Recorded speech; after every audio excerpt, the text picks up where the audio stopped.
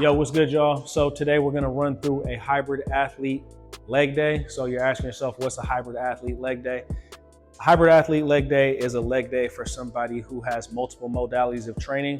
Specifically for me, and maybe for the people who watch this channel mostly, it's gonna be calisthenics and running. I'm a runner, I'm a calisthenics athlete, I'm a weightlifter, I do it all. Overall athlete, I like to train for performance. And one of the main ways that you can improve your performance as a runner and even as a calisthenics athlete is through stability. That's one of the main things that we need to build a healthy foundation as an athlete in general. Best way to do that when training legs is doing single leg work. So today we're gonna run through a few single leg exercises.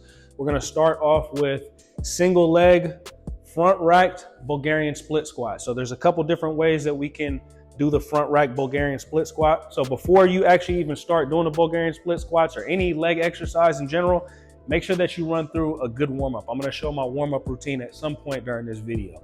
Maybe I'll pause the video right now, we can go to the warm-up, but now we're gonna go straight into the front rack Bulgarian. I like to use 2 fingers when I do front squats, and the main thing that you need to focus on here, balance yourself, of course. You wanna make sure that you have those elbows up as high as possible, and then trust your hinge as you get down into this Bulgarian split squat. All right, and make sure you give yourself a decent distance. Here I have this line here to kind of gauge where I'm at. Make sure that I have enough separation between that front and back foot. Get set up there.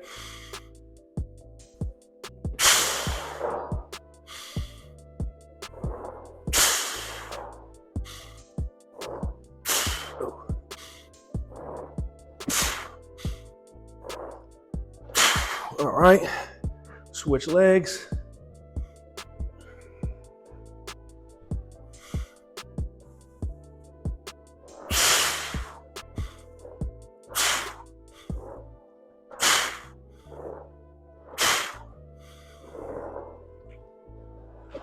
And one thing about doing these Bulgarian split squats is that you can play around with your rep ranges. Today, like I said, I've already kind of taxed my legs with the run earlier, so just doing about 5 reps. But let's get into another way that we can rack this front rack.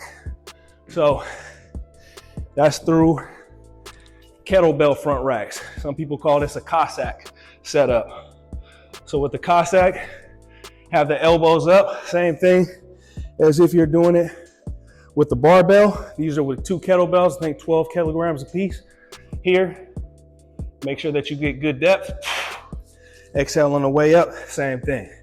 Last way that you can do this front rack Bulgarian is come from the front real quick. So some people don't have the wrist mobility to kind of stretch their wrists out like this. So the main thing, even when it comes down to using the 2-finger method or 3-finger method or whatever you're doing, is that it's really your front delts that are holding up the bar anyways. So technically, if you can balance yourself good enough, you can come into more of a zombie setup like this. But this is super difficult to balance. So some people grab the bar like this and then they can do their squats just like that. So those are the 3 ways that I would recommend setting up the front rack Bulgarian split squat. That's the first exercise. Now we're gonna move on to more of a power exercise, and this is gonna be a clean. So next exercise we're gonna do is power cleans. This one, I'm still in the process of getting this movement down myself. Main thing I try to make sure is I tuck my elbows as much as possible and keep the spine in a neutral position. This is more of an advanced lift, so I probably would recommend, if you're just now getting started, kind of 86 to power cleans. What you could do for a power clean instead is maybe do some thrusters, to where maybe another kind of power movement where you're squatting and then you're coming up with some kettlebells or some dumbbells or something like that. So I'm gonna get a set of power cleans in, put this microphone to the side for a minute.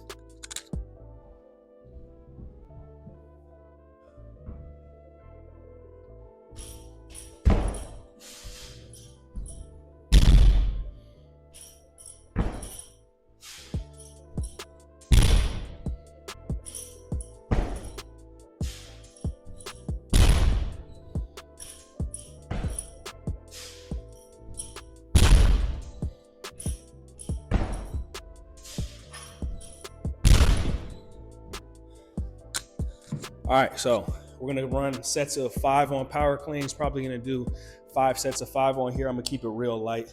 This is 135. I might get up to like 175 today. Main reason why I incorporate cleans is to keep the power aspect. If we're training power movements on the upper body, muscle ups, explosive pulls, explosive pushes, we got to make sure our lower body's just as explosive. Keep those fast twitch muscle fibers going. If you're over the age of 30, that's when we start losing fast twitch muscle fiber. So it's important to keep those power workouts in.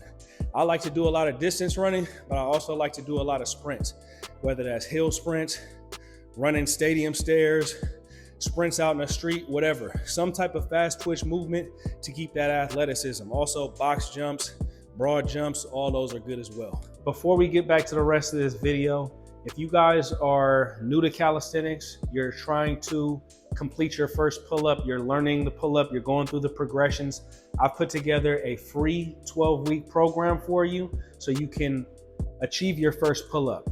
A pull-up is a goal for a lot of people, especially when they're getting started on this body weight calisthenics journey. If you guys are interested, go to my website, download that free 12-week program. It's 3 days per week, 12 weeks long, and I guarantee you that you'll accomplish your first pull-up if you go through that program entirely. Link is in the description box below. Let's get back to the rest of the video. All right, y'all, exercise number 3 is gonna be good mornings. This is gonna be a good one for your hamstrings, glutes, posterior chain. So this one, you gotta be really careful. I would honestly recommend doing this with lighter weight starting off. This is actually pretty light for me. Starting off with 95 pounds. Basically, the motion that you wanna have here is you wanna be in a hinge, get that hamstring stretch here, and make sure that your core is braced. Exhale on the way back up. Brace, big breath. Here. Exhale on the way back up. So this is a posterior chain exercise. Probably do about 8 to 10 reps here.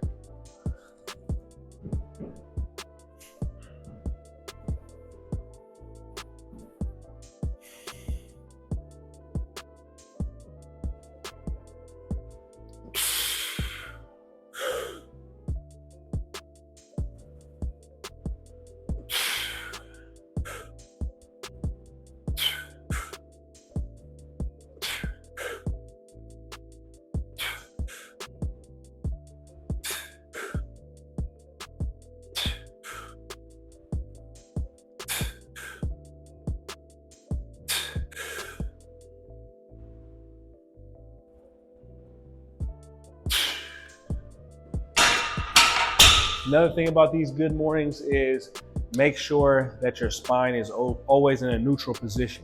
You do not want to curve your lumbar spine. You want to keep that spine neutral position. Make sure your core is braced nice and tight.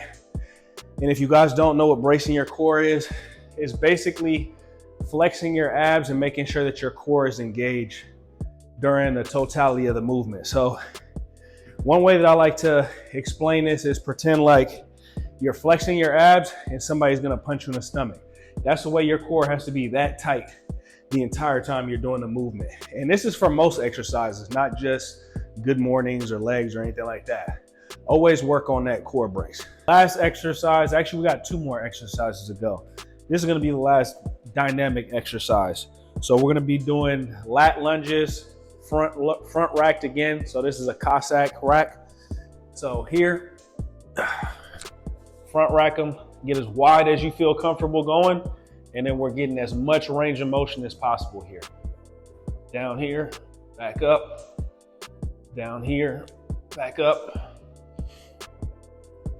And we're going 10 reps total.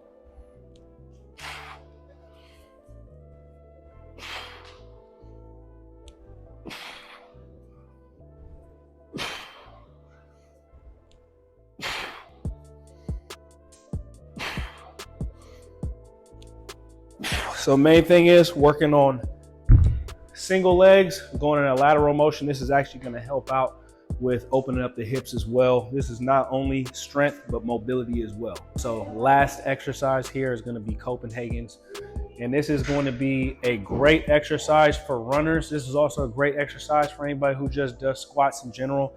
It's going to work these adductors. It's going to work your adductors, which is kind of like when you're squatting. Sometimes you see people who squat, or even when you jump, when they come up, their knees cave in. This is going to strengthen these muscles here. That's going to help you avoid that. Also can help with people who pronate when they run or anything like that. If you have pronation problems or anything, these will help you out with these. So another single leg exercise. The weaker your adductors, the further you want to get on this bench. You want to have your knee as close as possible. Actually, you might even want to bring this out and have your knee right on top of this. But for those of you who have stronger adductors, mine aren't that strong actually, but you can still push it out a little bit. So we're going to try to hold for 15, 20 seconds here. Make sure that your hips are in alignment. Make sure that your body is in a straight line.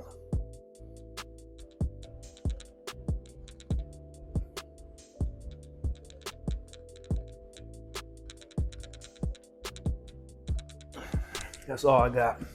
All right, now we're switching sides. Same thing. You guys can keep talking. You don't need to stop your conversation for me.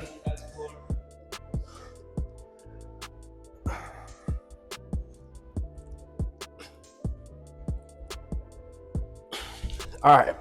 I don't know how much that was on each leg, but moral of the story, try to get yourself to be able to hit about 20 seconds on each side. We're gonna do 3 sets of these. That's it for our hybrid athlete leg day.